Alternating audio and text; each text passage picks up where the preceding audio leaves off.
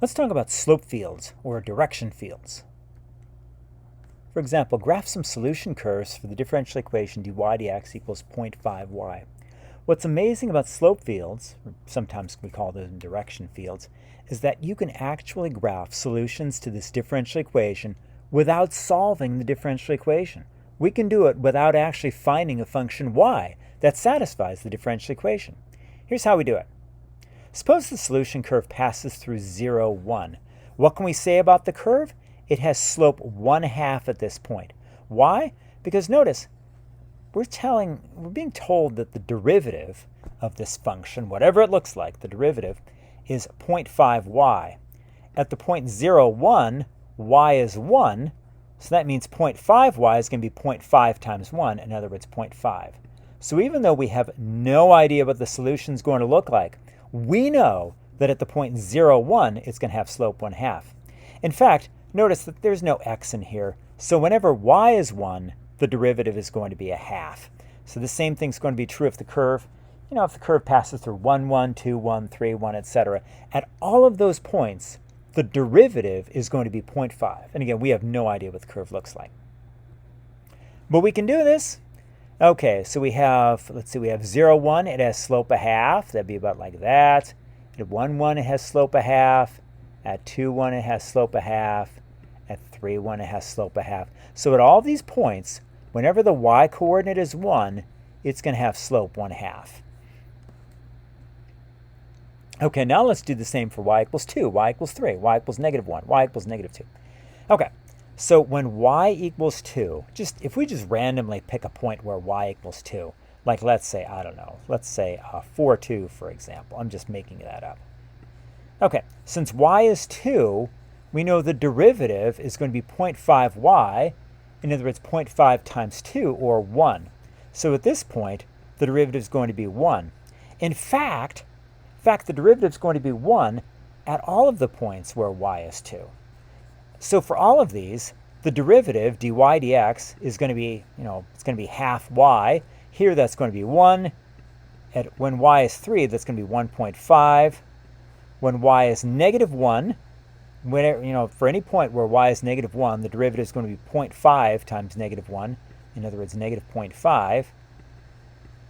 And whenever y is -2, the derivative is going to be 0.5 times -2. In other words, -1.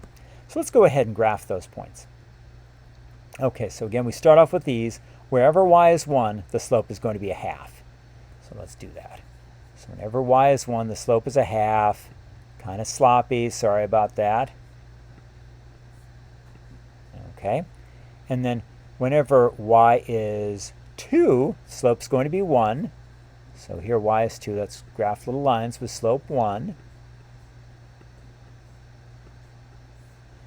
Okay, and then when y is 3, the slope is 1.5. Well, that 3 is off the charts. We're off the hook here. Okay, when y is -1, the slope is -1/2.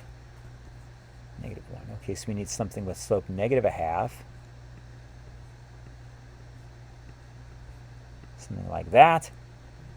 And then lastly, when y is -2, the slope's going to be -1. So when y is -2, it's going to have slope -1. So let's do that.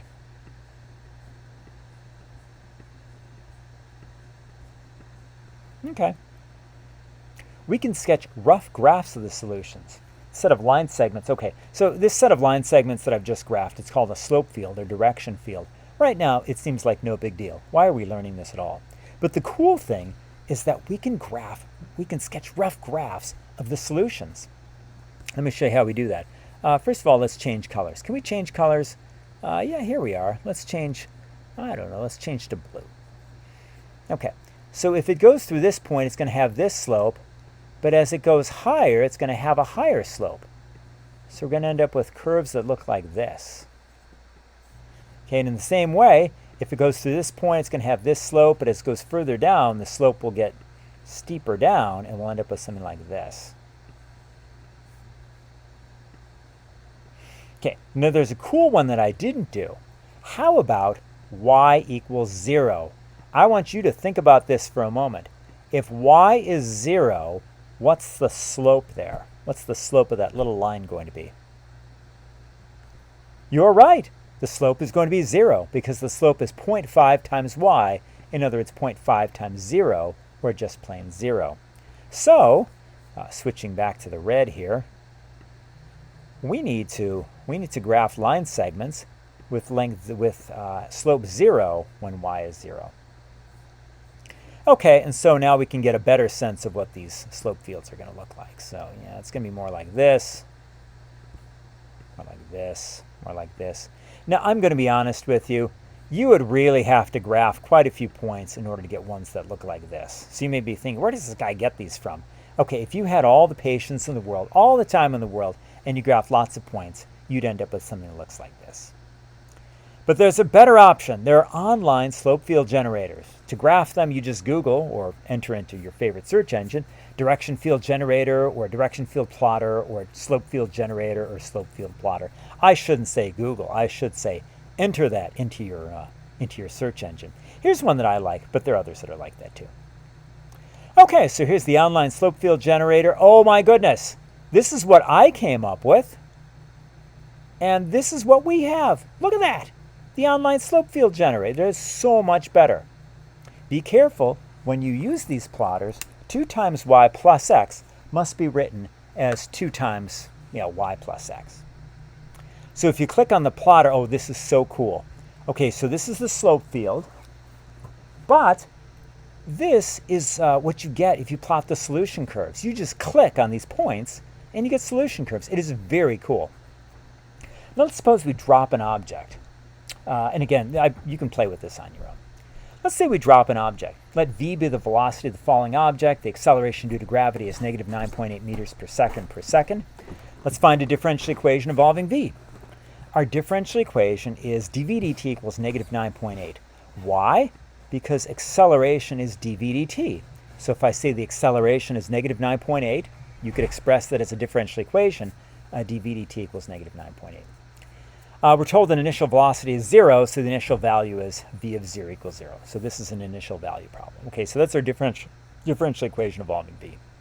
If I were to ask you to graph the slope field and plot the solution to the point 0, 0, here's what you'd end up with. Okay, dv dt equals negative 9.8 and v of 0 equals 0. This is what we get. Okay, if you just graph dv dt, again, they're not going to have a dv dt, you're just going to do dy dt, but you're smart enough to, to replace the v with the y. This is what you get. Now, to be honest, we didn't need to use the online plotter to do this because we can figure out what the solution is. We can see what the solution to this is going to be. The derivative of v with respect to t is negative 9.8. So you just take the antiderivative and you end up with v equals negative 9.8t. So the velocity is going to equal negative 9.8 times the time elapsed. And indeed, that's what this curve looks like. It just looks like the line y equals negative 9.8t, and it goes to the point 0, 0. So to be honest, we didn't need a slope field generator for that. We could have done that on our own. Again, what this shows us is the velocity of a falling object if it's been falling for this many seconds. So these are the seconds, and these are the meters. This is cooler, though. Now let's take into account air resistance. It turns out that the force of air resistance is directly proportional to the square of the velocity.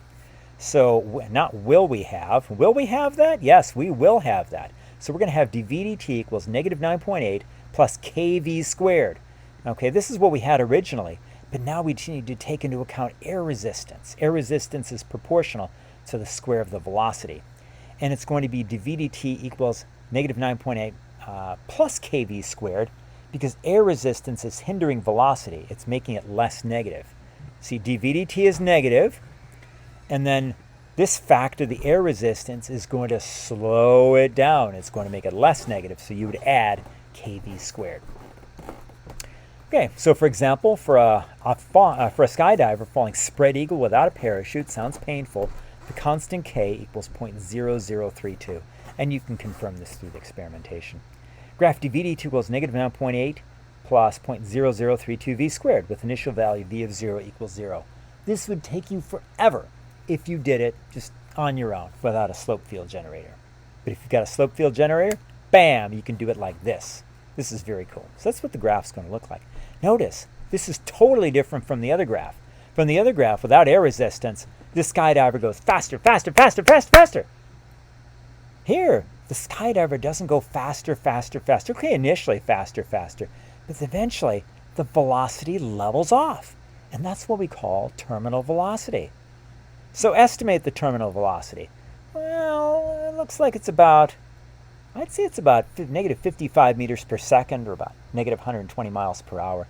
To be honest, we usually express it positively, so 55 meters per second, 120 miles per hour. There are people who have survived falls without a parachute, but it's usually because they fall into trees or into a snowbank or something like that. Ordinarily, if you hit the ground at 120 miles an hour, you're not going to make it.